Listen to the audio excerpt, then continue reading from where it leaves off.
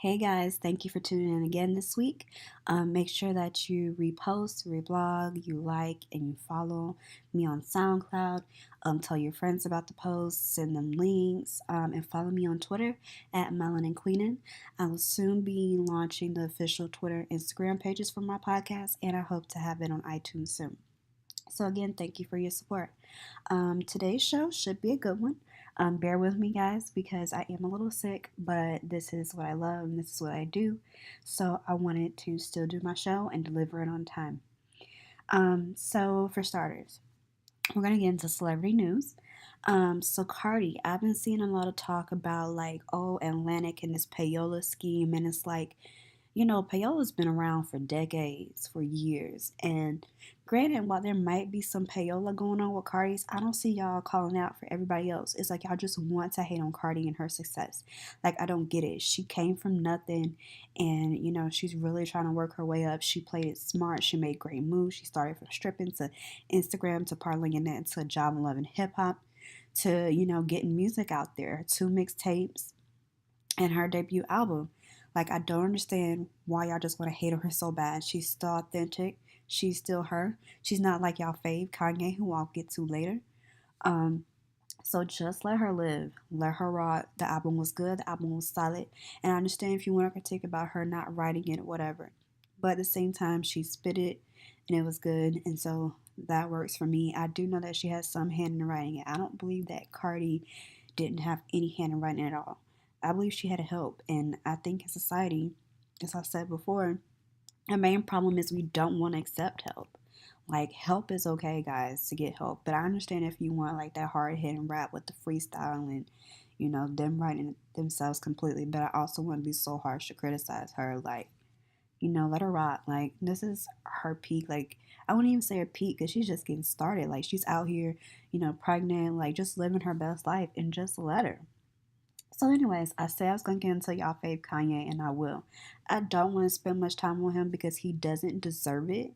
But I want to start off by saying if you still support Kanye, I don't know what to tell you because it says a lot about you. You obviously don't have any values or principles or morals that you actually strongly stand by because you'll let somebody rock and slide just off their music. And I'm sorry, but you can't always do that. Like, he supports Donald Trump, calling him his brother, and people try to talk to him. John Legend tried to reach out to him, and he just rejected the help and the reasoning. And people are trying to be calm and have dialogue with him, but he wants to be ignorant. He wants to support Trump, who is he hasn't like I will say about Trump, he's been very transparent in the sense that he's a bigot. He's racist. His ideas, like, he wants to destroy everyone that isn't rich and white and male. He hates women. He hates minorities. He hates Muslims. He hates all these people. So when Kanye wants to say, I love him, that's my brother, I'm going to, and wear a fucking Make America Great Again hat, like, that just shows one, a lack of self love. It reflects idiocy. So all y'all want to label a genius, sorry, it's not gonna happen. And even if you want to label him a musical genius, I haven't felt his music like that since maybe like the Graduation album. And I know people are gonna come for me for this, but I didn't even think My Beautiful Dark Twisted Fantasy was that great of an album. It has some cute ones on there. But before that was my main things. And then first of all, he been showing his ass when he named an album Yeezus. Because that's just so disrespectful to God, regardless of what you believe in and what you support. Like, you just you just can't let someone make a mockery of someone's religion. That's just blasphemous. But back to this, like, Kanye wants to stand with the man who is all these things, who is terrible, who literally wants to destroy America, get us in a war, and just tear down and destroy everyone else who doesn't fit what he wants you to be.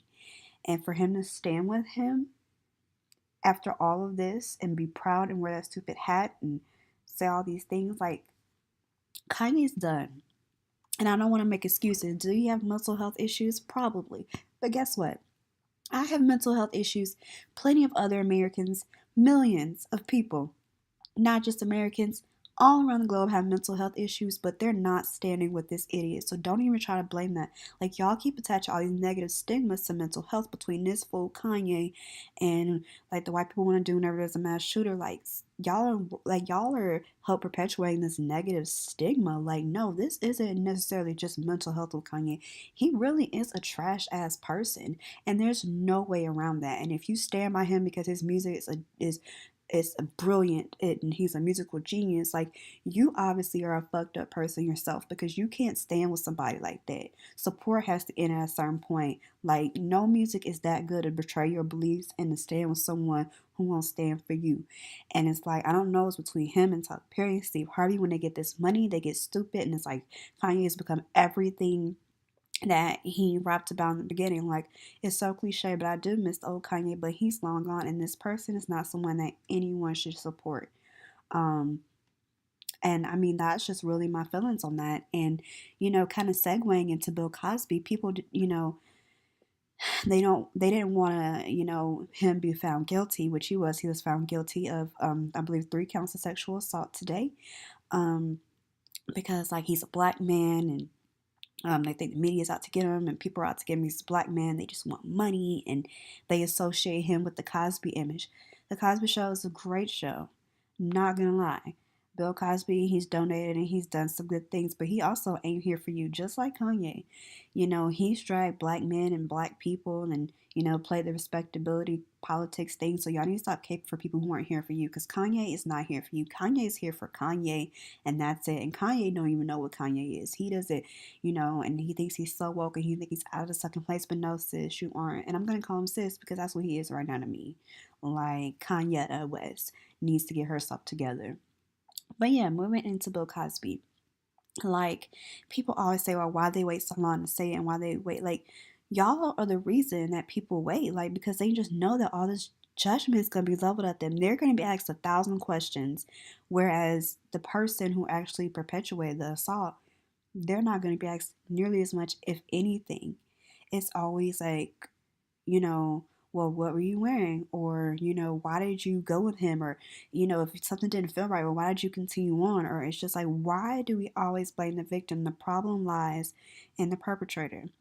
Just like when we talk about racism, we always talk about the structures and the system, and white people who have perpetuated. So okay, we don't blame ourselves for our racism, unless you're like Kanye, who supports Candace Owens, who is anti Black Lives Matter and anti-black, all of these things. So that's another reason why he's trash.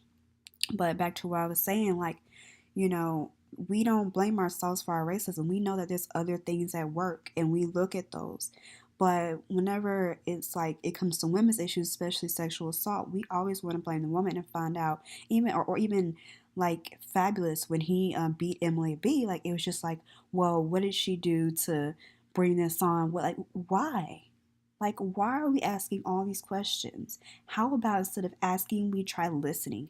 How about we try hearing them? Speaking from my experience, I kept my motherfucking mouth shut because I didn't feel like I would be believed. And I still have that feeling now. And so it took, I believe, a year and a half before I even told anybody. And again, it was for different reasons. It was because, one, I'm still trying to process what happened. Two, I don't even want to say courage, because you can still be a courageous person just for, pushing through and surviving that. But I had to find the courage to speak up, to acknowledge my situation. There's so many different factors at work. And when we try to talk about racism and what goes on, we're quick to shout out all the factors for that. But we need to do that same with sexual assault or things for women, and or like domestic violence. We need to do that same type of thing. And so you can't sit here and let the music for Kanye or the music for Chris Brown or the shows and the donations for Bill Cosby blind you to their act, because you know what? You can't always separate the artist from the person, because there's some levels that are just despicable and there should be no separation.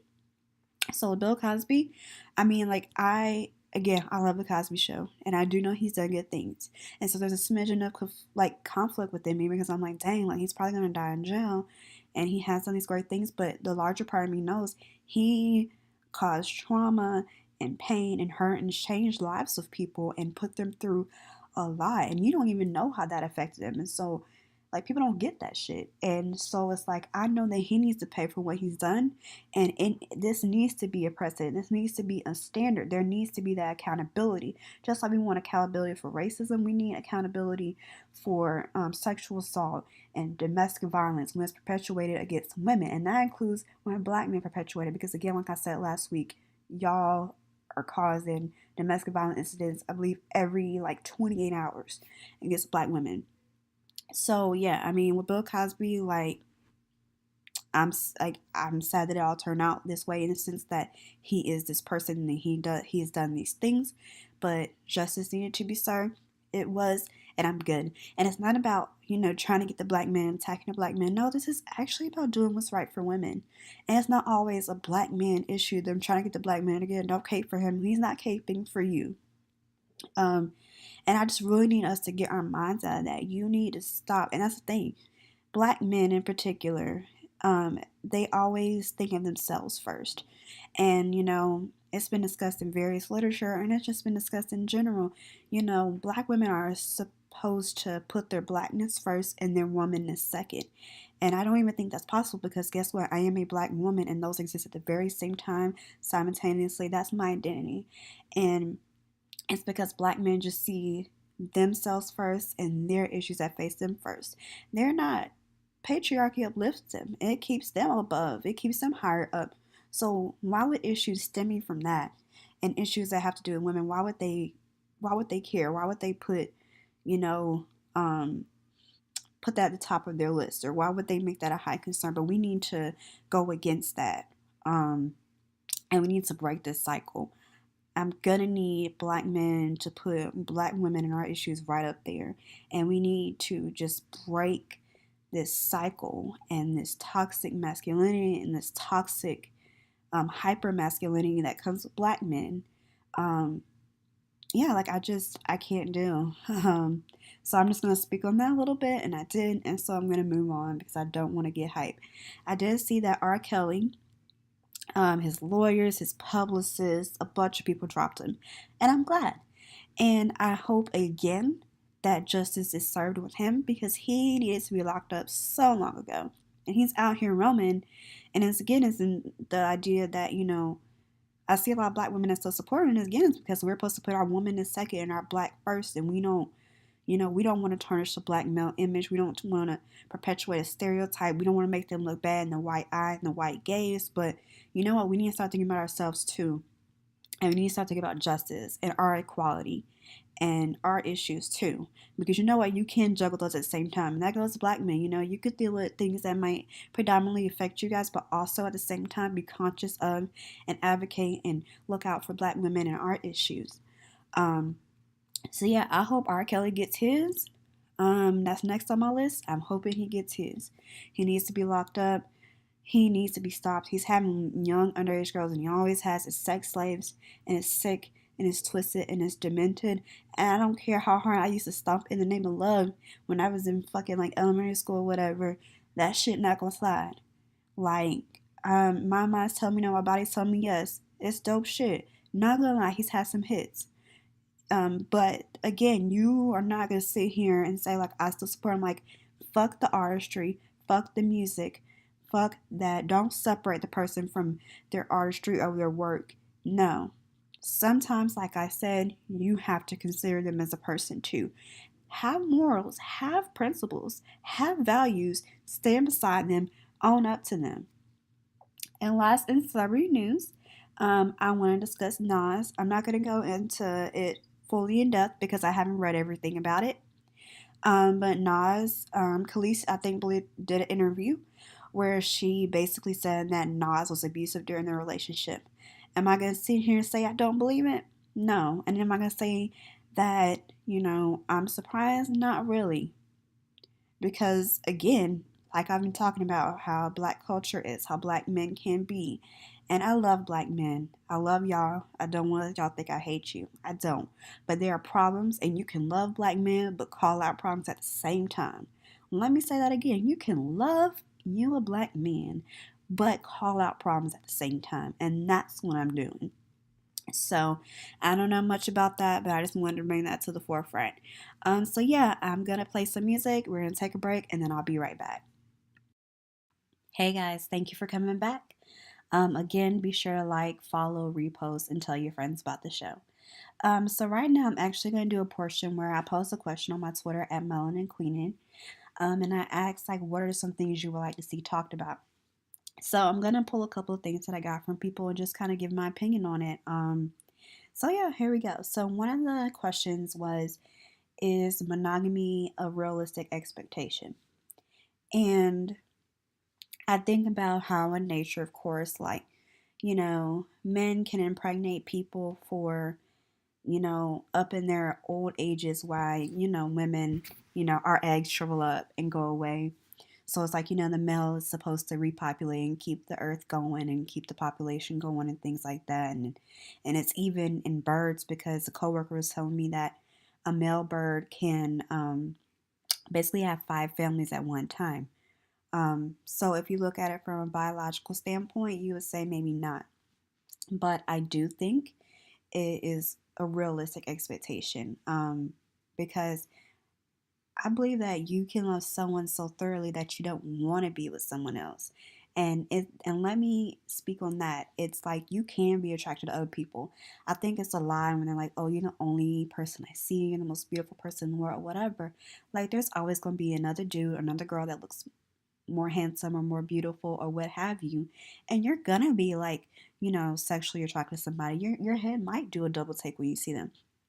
I think that's natural. I think that's healthy, or it's okay rather.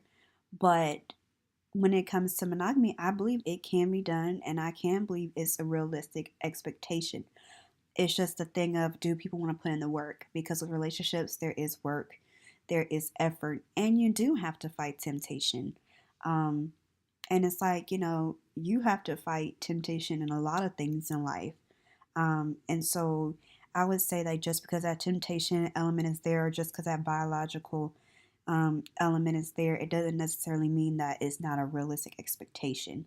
Because there's other things in life, that are based in biology that we can easily fight, or is suspected, by society that we fight or what have you. And, I mean, it's a difficult question to answer, but in short, yes, I believe that monogamy is a realistic expectation. But again, it just takes a person being willing and a person being dedicated, and you actually wanting to be with that person thoroughly and wholly. Um, and I think that, in terms of monogamy, for it to really be feasible, people really need to really get to know each other and not jump into things. Like, I always say there needs to be that underlying friendship. If that's not there, then nothing's going to work. Know that monogamous relationship isn't going to work, because there has to be that underlying understanding, like you have with your homeboy or your homegirl. That foundation needs to be there, and then you build on top of that, and then you expand. It's like the root of a tree, and then, from there you grow and you learn each other more, and then you dive into the romantic aspect, and you have these branches that branch out, and the tree grows tall and it prospers, just like a monogamous relationship. You just have to have the right tools. You have to approach it the right way, and then yeah, it can happen. But just like with anything in life, if you don't go about it right, if you're not all in, then it's gonna be a failure. So yeah, that's just my thoughts on that. Another one was about, and this is one that, I actually have a question about myself, and so I'm just gonna, I guess, talk myself through it. But basically, it's like, how do you understand that what's meant for you is for you, that it will be, and how to stop comparing your life, what they have, what they look like, um, and how stuff might come so easy to another person. I still struggle with that myself. Um, so I don't really have a full answer for it, but I will say that my therapist told me, you know, um, comparison is a thief of joy. And it really does, because you can't celebrate yourself or your life or your accomplishments because you're worrying about what other people are doing. So for me, I try to compare, well, where was I 6 months ago? Where was I a year ago? And then if you see that change, if you see that growth, then you clap for that. You know what I'm saying? So it's like I wouldn't compare myself to anyone else. Like, I try not to, I still do. Um, But you just have to think about that. Don't let it steal your joy and just compare it to yourself. If you're going to do any kind of comparison, compare yourself to how you were, you know, 6 months ago, 3 months ago, a year, and just go from there. Because make yourself your own competition, like Beyonce says, and I believe Cardi B says it too, whatever. But really, you need to make yourself your own competition. If that's what you just really have to do. And so, I try to better myself. Like, how can I step myself up? In the next 3 months, I approach my goals and I approach everything like a business and like the economy. You have like the businesses have like their first quarter and they look and see how they've been doing this financial quarter and they set goals for this financial quarter and see how they go. And that's what you have to do and approach your life. And I feel like it'll just make it so much more peaceful. And then in terms of like looking like people or whatever, and it's like I've had to accept that, yeah, you know what, there's gonna be so many bitches or sorry, women who look better than me. Like I'm like there's gonna be people who have like their face structure is better, like cheekbones might be extra popping, like the most gorgeous eye color, or her natural hair is like so beautiful, maybe easier to manage or whatever. It just looks dope in pictures. Or yes, this bitch got the true Coke bottle body, like waist is snatched, ass sitting, titties popping, whatever. Like, or her skin might be glistening more than mine. But at the end of the day, it's like I accept that. And I know that because guess what? There's a bitch that I look better than. And so you just kind of have to go with that. Like, there's someone that you look better than, and they're probably wishing they look like you. Because what I learned is that, like, sometimes, like, people, you know, there's, you just have to learn to accept things and just kind of work from there. Um, Gosh, I'm so sorry, guys. I got off my train of thought. Um, but yeah, like again, there's like I learned that there's people who looked up to me and they were inspired by me, and I didn't understand it. I didn't get it, or I just didn't know, and I was so oblivious to it. So there's, while you're over here like comparing yourself to this person, wish you like them, there's someone else doing the same thing, thinking about you. So again, you just have to celebrate your features. Like stand in the mirror and say, "Ooh, like that's cute right there. Like I love it." Celebrate yourself. Look at yourself and just work on that self love and accept your flaws. Like, you know what, I wish my nose could be like this, but it is what it is. It's cute, I rock it, it works for me. um and then when it comes to stuff looking so easy for other people and it coming easy to people, I think we have to remember that sometimes things are appearance's sake, and sometimes we just see the outcome. We don't know the struggle it took them to get there. We don't know all that they went through to get there or how long it took them to get there, and it probably wasn't as easy as we think. It probably wasn't as quick as we think. And that's the thing, I guess, with social media and stuff like that, is it can be so negative, and that's why I advocate for taking breaks, because it really gets to you. You see all this popping, and it's like, you just see the outcome, you just see the end result, you just see this appearance. And again, you don't know what all went into it, how much, like with these podcasts, people just hear my voice and they hear me talking and they think it's so easy, but there's so much I do that goes into me preparing these podcasts every week. So again, just you can't judge by the outcome and the appearance that you see. It might not have come easy to them. It might have been harder or taken longer than they wanted or they had projected. And it's just again the timing. You have to trust the timing for you, because I like for jobs, for instance, I applied to. I didn't understand then, and I was just so mad. Like, why can't I move up? Why can't I get this? But again, it's all about perspective. Later on, you'll realize why that wasn't right for you at that time, or why things had to wait, or why things had to come when they did. Um, I do believe the universe be working for a reason, and she knows what she's doing, and it's just you kind of have to trust in that. Um, yeah.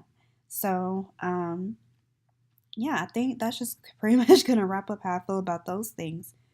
Hopefully, to the people who asked those questions, I offered good enough answers and it works for you.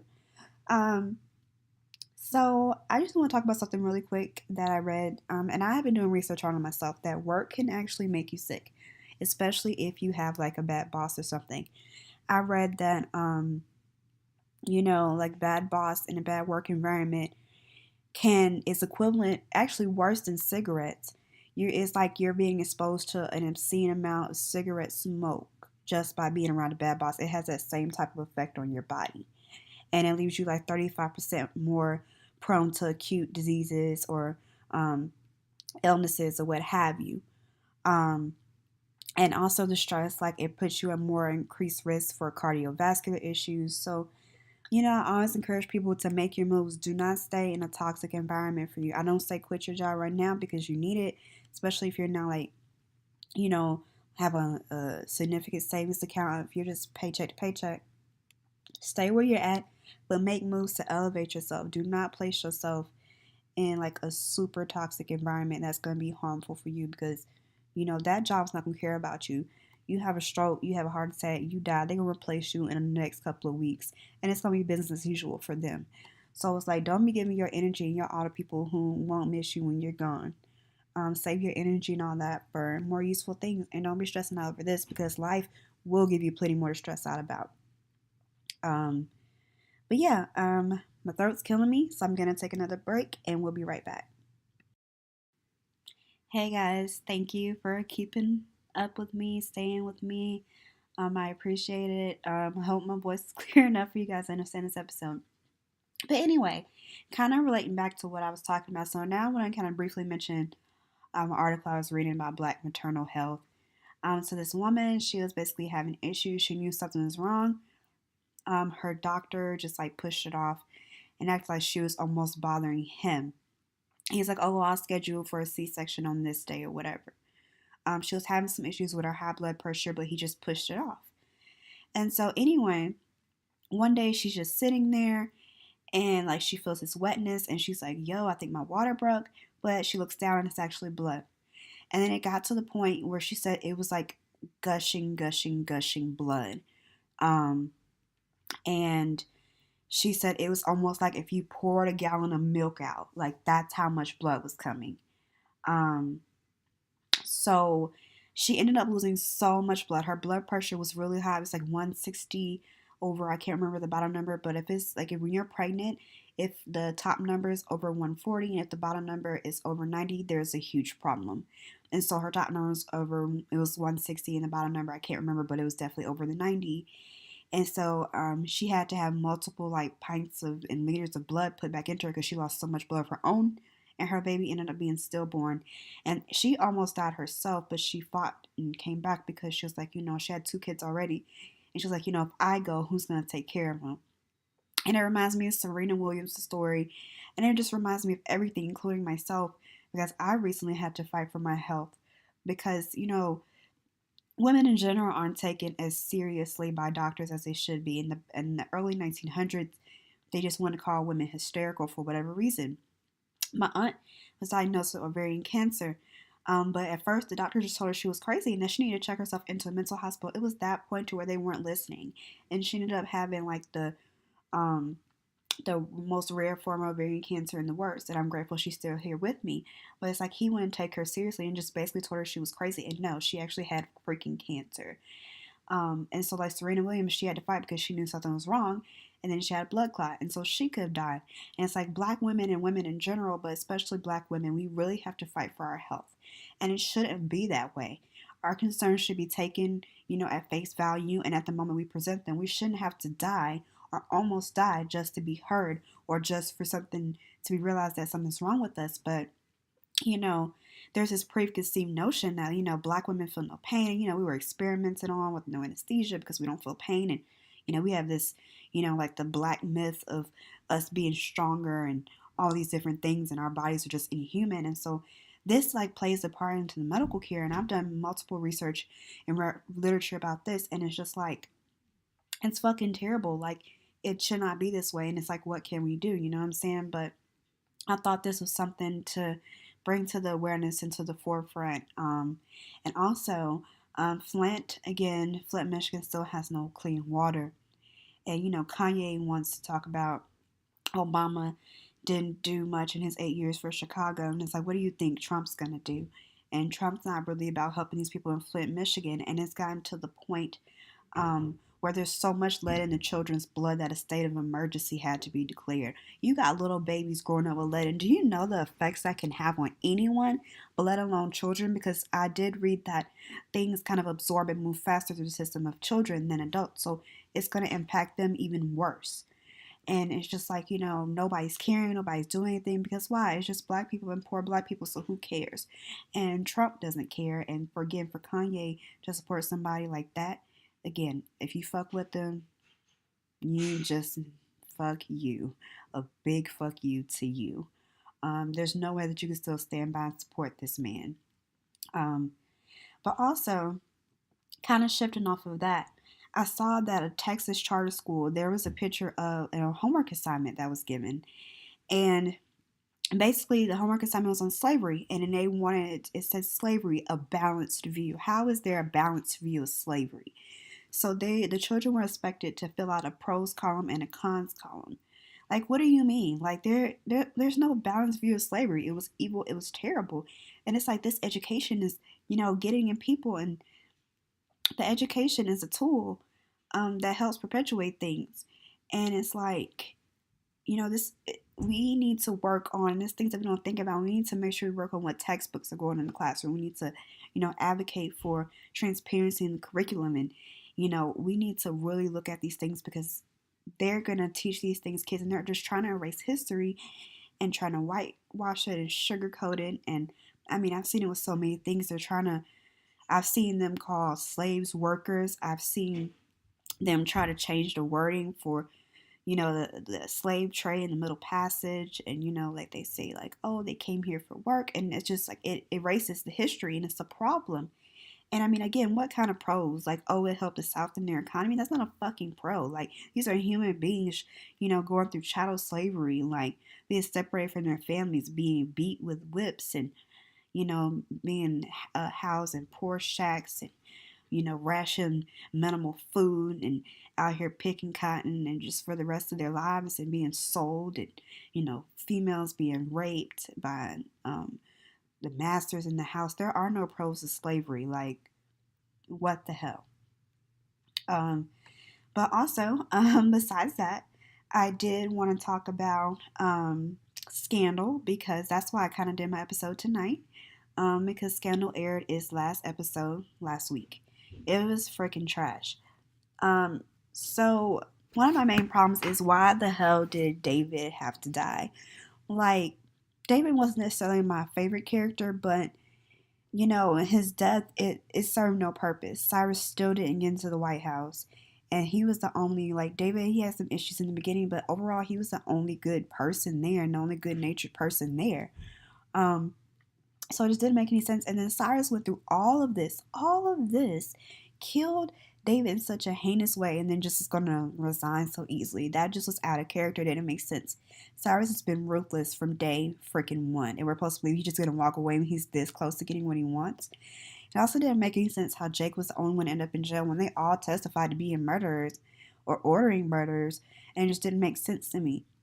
The saving grace was Daddy Pope, Eli, Rowan, whatever he wants to go by, his monologue, because they're always the bomb. He read The White Judges, and basically was just saying, like, in real life, black people built this country. We help keep this country afloat. And, they don't even realize it. Or they do, and they want to hide it. But he was basically saying, like, he kept this shit afloat. I get that, Olivia and Fitz wanted to end on there, high, because that's their signature thing. But, I mean, it just wasn't any resolution. And then Olivia's picture at the end, I get they're trying to do a Michelle Obama thing, but it just wasn't clear. Never felt Melly. And Marcus, he was a fake Harrison. It never worked out. So that just didn't work out for me. And I wanted to see, like, the guy killed himself for this gun control bill. And it just, like, briefly, I feel like they could have expanded on that and made that better. I was just overall just super unimpressed. It was super boring. This whole season has been trash. It really makes me question Shonda as a writer and as a talent, because she just goes downhill so quickly with stuff. Like, can you really keep up? Like, do you have that stamina? Do you have that creativity? So yeah, it was trash. So I'm gonna end today on talking about, I went to this conference, and one of the things was about live your life on purpose. And she talks about how she has her goals, and she sets aside time to do them. Like, for instance, her daughter, she said, hey, I'm going to be unavailable on Sunday. Her daughter kept texting her about being available on Saturday. She didn't respond, because she had set that time for herself, and she already told you what's up, and she's not going to keep entertaining it. save your energy, live your life, focus on what you need to. And so she took that Saturday when she went to a peaceful place and she worked on her work, things that she needed to do. And also in her thing, we worked on vision boards, which are amazing, and I recommend it to anyone. It's so fun, and it really gets your mind going, and I feel like it really manifests your success, which was the name of the title. Um, I'm sorry if I'm talking fast, guys. My throat's killing me. I'm trying to get these words out for you all. But yeah, I think that we have to learn the balance, and that's again the title of this podcast, and it's very important. You have to learn the balance. You have to figure out, there is a time in life where it's okay to be a little selfish. Not a lot selfish, but there are times that you need to put yourself first. And you do need to learn to say no sometimes. And I think that's something really important to understand and a really important concept to get. And I think it takes time because some of us are very selfless. We're very caring. We give our all. We just want to do everything for everybody, help everybody, and put everybody first besides ourselves. And it's like, take a day where you don't talk to anybody. Take a day you don't be on social media. Take time for yourself. Take a day where you just write out your goals and work on your goals. Like, manifest your success, self-care, do what you need to do for you. Sometimes you need to put yourself first. But yeah, so that's gonna wrap up our show today. I have a bunch of throwback songs because I love to end the show with throwback songs. So one of the ones that I'm ending it with is TLC Digging on You. That's a classic. Rest in peace, Left Eye. This week marked, I believe, the 16th anniversary of her death, which is tragic. Nikki's getting on my nerves with this beef she's trying to force with Cardi, but I will do Itty Bitty Piggy as a throwback because that's a classic. And I will also do her Monsterverse because Kanye wanted to misspell her name and she gave you that iconic ass Monsterverse that really made the song. So that's a throwback. And speaking of Kanye, let's go back to when he had sense. So here's a throwback: Slow Jams featuring Twista and Jamie Foxx. And then I'm going to end it with Lil Wayne. Throwback songs from him: Go DJ, Fireman, and A Milli, because I do know that the anniversary of that song was recent as well. So thank you guys for listening. I hope you enjoyed the show. Hope my sick voice wasn't too annoying. Thank you so much for listening. This means the world to me. Thank you for your support. Again, follow, like, have your friends listen, share it. Thank you so much. Bye, y'all.